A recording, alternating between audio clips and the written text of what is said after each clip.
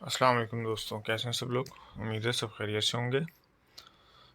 Weekly gold को हम analyse करेंगे आज एज़ यूजुअल हमेशा की तरह। फ्राइडे वाले दिन गोल्ड ने ऑलमोस्ट 25 तक के ऑलमोस्ट नियर अबाउट 25-23 तक के लो लगाए और उसके बाद फिर मार्केट वहाँ से रिबाउंड करके और 1870 पे इसने क्लोजिंग दी है। बेसिकली फ्राइडे वाले दिन जो एक मोमेंट आई है, मैंने वो ग्रुप में भी आप लोगों को अपडेट किया था कि इन्फ्लेशन बहुत हाई आया है। और आप सब लोगों को पता है, अगर आप लोगों ने थोड़ी सी अगर इकोनॉमिक्स पढ़ी हो या समझी हो तो एटलीस्ट आपको थोड़ा सा आइडिया होना चाहिए कि गोल्ड हमेशा इन्फ्लेशन हैज है। तो दुनिया में अगर कहीं भी किसी भी मुल्क में, स्पेशली अमेरिका में, अगर महंगाई इंक्रीज़ होगी तो गोल्ड के प्राइजेस नीचे नहीं हमेशा ऊपर ही जाएंगे।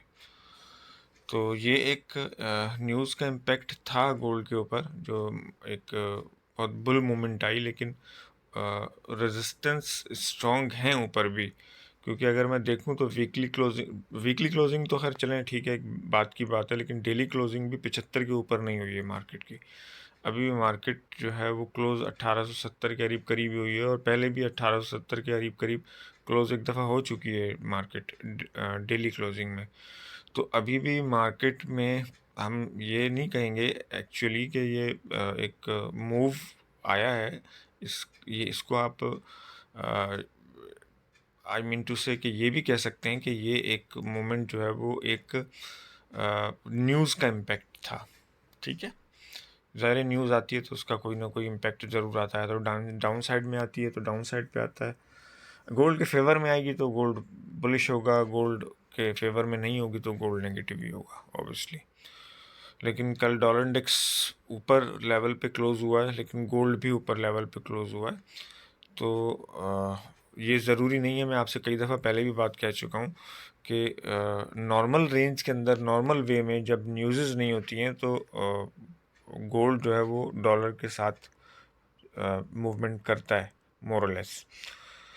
लेकिन जब न्यूज़ का टाइम आता है तो वैसे भी न्यूज़ के टाइम पे मैं ट्रेडिंग को अवॉइड करता हूँ और बताता भी हूँ कि न्यूज़ के वक्त ट्रेडिंग ना की जाए। न्यूज़ के बाद मार्केट जब स्टेबल हो जाए तो फिर उसके बाद अपने एक आप तरीके से काम करें। उसकी वजह ये होती है कि न्यूज़ के वक्त जो है मार्केट टेक्निकल नहीं चलती, मार्केट टोटल न्यूज़ बेस्ड हो जाती है, और उसमें फिर वो लोगों के अकाउंट्स भी वॉश हो जाते हैं और स्टॉप लॉसेस भी हिट होते हैं।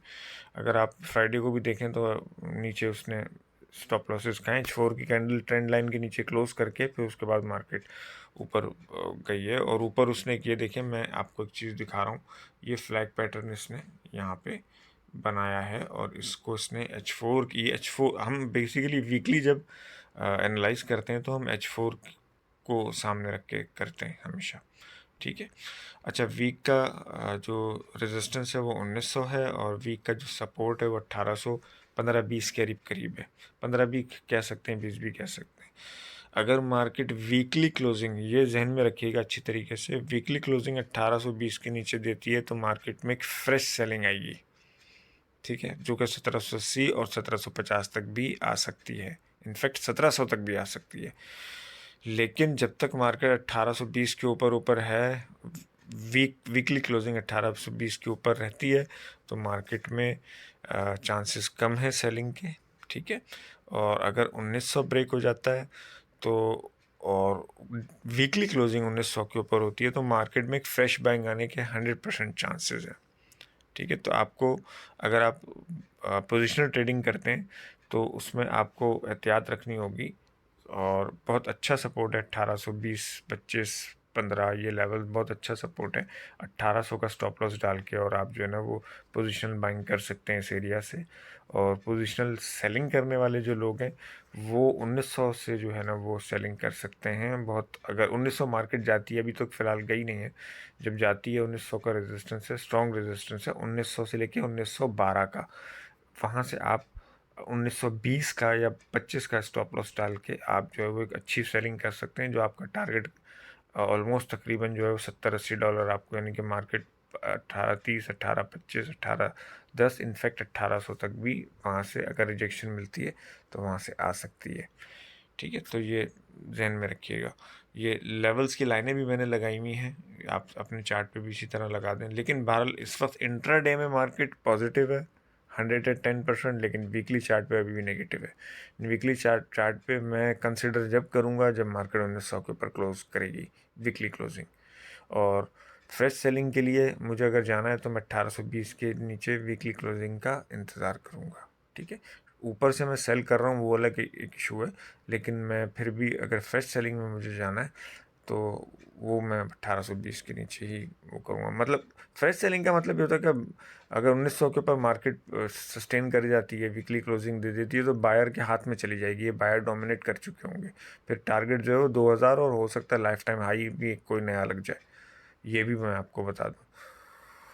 तो इस चीज़ को थोड़ा सा आप समझें और वीडियो को ना प्रॉपर देखा करें, वीडियो को एनालाइज़ किया करें। ग्रुप में मैं एनालाइज़ भी शेयर करता हूँ, चार्ट भी शेयर करता हूँ, उसके बावजूद भी मुझे लोगों के सवालात आ रहे होते हैं कि सर गोल्ड बाय या सेल है। मतलब आप सीखने की पोजीशन में बिल्कुल भी नहीं है। मैं पहले डेली फोरकास्ट भी देता था, लेकिन जब मैंने देखा कि व्यूज़ इतने नहीं आ रहे तो मुझे नहीं लगता कि मेरे ख्याल से कि मुझे डेली बेसिस पे अपना सर खपाना चाहिए। वीकली बस मैं एक दे देता हूँ ताकि आप लोगों को एक वीकली जो जो लोग हमारे पोजिशनल ट्रेडिंग करते हैं उनको एक अच्छा एक बाय और सेल एरिया मिल जाए। तो इसलिए बस मैं वीक की बनाता हूँ। पहले मैं डेली बनाता था, लेकिन डेली बनाने का कोई मुझे फ़ायदा नहीं मिल रहा। लोगों के व्यूज़ नहीं है, मतलब लोग देखना ही नहीं चाहते। लोग पैसा उठा के हमारे यहाँ मार्केट में आ जाते हैं और उसके बाद जो है बस वो 2-4 हज़ार डॉलर से काम शुरू करते हैं और वो समझते हैं कि पता नहीं हम जो है ना 10-15 दिन में या 2-4 दिन में हम डबल कर लेंगे अमाउंट को। ऐसा नहीं होता मेरे भाई किसी भी बिज़नेस में। आप अपने टारगेट सेट करो, सबसे पहले आप स्ट्रैटेजी सेट करो, किस स्ट्रैटेजीज़ पे आपको मुनासिब लगता है काम करना है। मुनासिब का मतलब जहाँ आपको प्रॉफिट मिल रहा हो। ठीक है, स्टॉप लॉसेस हिट हो रहे हो लेकिन कम हो रहे हो और टीपी आपके जो है वो ज़्यादा हिट हो रहे हो, तो आप उस हिसाब से जो है वो स्ट्रेटजी को बनाओ और उसी को फॉलो करो। आप डेमो पे उसकी प्रैक्टिस करो कुछ अरसे तक, उसके बाद लाइव अकाउंट पे आओ आप।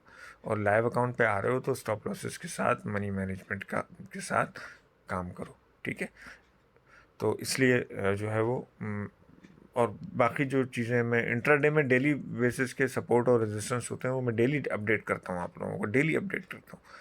फ्राइडे वाले दिन भी मैंने कहा था कि मार्केट का सपोर्ट जो है 32 है, 32 के नीचे स्टे करेगा तो ही फ्रेश सेलिंग है, वरना नहीं है। 52 के ऊपर स्टे कर गया तो फिर बाइंग स्टार्ट हो जाएगी इसमें। और आप देखें इसने जैसे ही 52 ब्रेक किया मार्केट ने थोड़ी ही देर में 70 लगा दिया, 70 बाद 75। ठीक है ना, तो ये इस चीज़ को थोड़ा सा क्विकली समझने की ज़रूरत होती है। वीडियो पसंद आए तो उसको लाइक कर दें, शेयर कर दें। और अगर आप हमारी आईबी का हिस्सा बनना चाहते हैं, आप चाहते हैं कि फ्री आपको सिग्नल मिलते रहें, तो हमारा वो आईबी ग्रुप डिफरेंट है और उसके लिए आपको मुझसे व्हाट्सएप पर रब्ता करना पड़ेगा। ब्रोकर का लिंक डिस्क्रिप्शन में मौजूद है, उसको ज्वाइन करें और हमारी आईबी में शामिल हो जाएं। और आप जो भी आपका सर्टेन अमाउंट है आप उस अमाउंट से काम करें और डेली बेसिस के 2-3 सिग्नल फ्री ऑफ कॉस्ट आप लेते रहें। और उसमें आपको लर्निंग भी मिलती रहेगी, एनालाइज भी मिलते रहेंगे, बहुत सारी और चीज़ें भी आपको सीखने को भी मिलती रहेंगी आईबी ग्रुप के अंदर। फ्री ग्रुप में अंदर देखें, फ्री ग्रुप के अंदर जो है या डिस्कशन ग्रुप के अंदर जो है वो लिमिटेड चीज़ें होती हैं, लेकिन एक पर्सन जो है वो हमारे साथ हमारी टीम का हिस्सा बन के आता है, बन जाता है या टीम का हिस्सा बनने की कोशिश करता है या हमारी आईबी के साथ ज्वाइन हो जाता है, तो उसके बाद जो हम उसको फिर ज़्यादा फोकस करते हैं। ठीक है ना, तो इन सारी चीज़ों का आप लोगों को भी पता होगा। मेरे ख्याल है ऐसी कोई चीज़ है नहीं कि उसको बहुत ज़्यादा डिटेल में समझाने की ज़रूरत हो।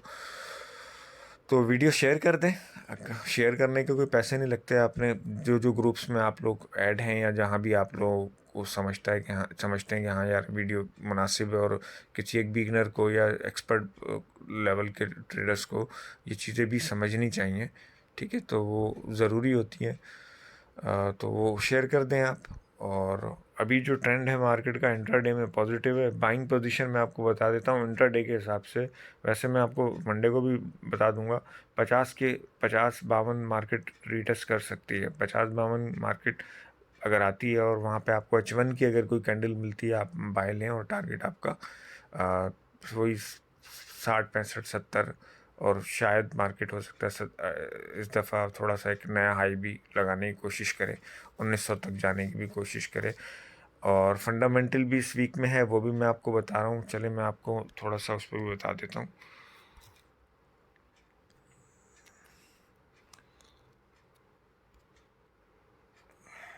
ये फ्राइडे वाले दिन जो है बहुत इम्पोर्टेंट डेटा है, ठीक है। FOMC economic projections, FOMC statement और फेडरल फंड रेट।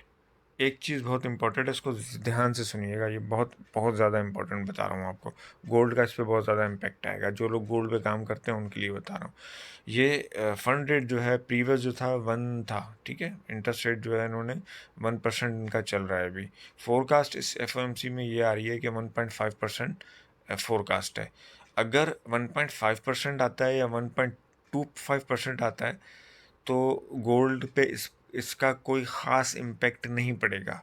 मतलब गोल्ड के क्रैश होने के कम से कम चांसेस नहीं है, जितनी मेरी नॉलेज है। बाकी मुझे नहीं पता कि मार्केट मेकर्स के दिमाग में क्या चल रहा है। अगर 1.75% अगर इंटरेस्ट रेट बढ़ाते हैं, कि जिसके चांसेस जो अभी लास्ट हम डेटा आया है इन्फ्लेशन का, इस बात के चांसेस हैं कि फोरकास्ट 1.5% की है, लेकिन हो सकता है शायद इससे अबव ही ये बढ़ाने की कोशिश करेंगे। उसकी वजह ये है कि अमेरिकन सेंट्रल बैंक के जो चेयरमैन है उनके ऊपर प्रेशर बहुत ज़्यादा है, क्योंकि जो इन्फ्लेशन डेटा आया है बहुत ही वर्स्ट डेटा आया है। अमेरिका में बहुत ज़्यादा महंगाई हो चुकी है, ठीक है। तो इनको हर हाल में इंटरेस्ट रेट अपना जो है वो शायद क्विकली बेसिस पे, वैसे तो इनको बढ़ाना ही बढ़ाना है, 1% और बढ़ाना है इनको, लेकिन हो सकता है शायद ये 0.75% इस दफ़ा ही बढ़ा दें, ताकि नेक्स्ट जो CPI का डेटा या नेक्स्ट मंथ जो इन्फ्लेशन का डेटा है वो थोड़ा सा बेहतर आ सके, ठीक है। तो ये जहन में रखिएगा, ये बहुत इंपॉर्टेंट बात मैंने आपको बात बताई है। अगर 1.5 के से नीचे नीचे आता है, ठीक है, ये फंड रेट, तो गोल्ड पे इसका कोई ख़ास इम्पेक्ट नहीं पड़ेगा। और मतलब गोल्ड के क्रैश होने के चांसेस कम है। हाई तो शायद ना लगाए, लेकिन ये कि स्टेबल रहेगा, या हो सकता है थोड़ा बहुत ऊपर की तरफ भी चला जाए, कोई ख़ास इम्पेक्ट ना नहीं होगा इसके ऊपर, लेकिन वीकली रेजिस्टेंस की तरफ जा सकता है। लेकिन अगर 1.75 आता है या 2% तक भी बढ़ाते हैं ये लोग, यानी 1% और मज़ीद बढ़ा देते हैं, तो चांसेस हैं गोल्ड क्रैश होने के।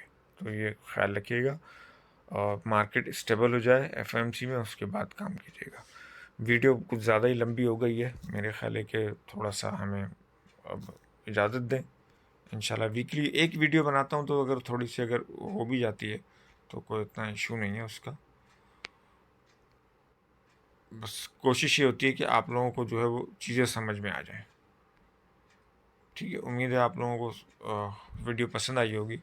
पसंद आई हो तो लाइक कर दें और शेयर कर दें अपने दोस्तों में। नेक्स्ट वीक इंशाल्लाह ताला फिर मुलाकात होगी, और नई अपडेट के साथ इंशाल्लाह फिर आपके साथ मुलाकात करेंगे और हाज़िर हो जाएंगे आपके पास। और किसी पर्सन को कोई प्रॉब्लम हो या कोई मसला हो तो स्क्रीन पे मेरा व्हाट्सअप नंबर मौजूद है, डिस्क्रिप्शन में ग्रुप का लिंक मौजूद है, IB के लिंक मौजूद हैं। IB ज्वाइन कर सकते हैं आप, हमारी लोकल बैंक पाकिस्तान में विड्रॉ डिपॉजिट अवेलेबल है। उसके अलावा आप जो है वो अगर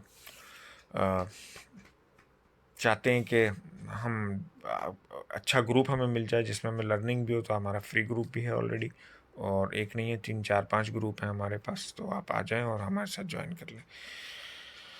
कल तक के लिए, नेक्स्ट वीक तक के लिए, अल्लाह हाफिज़।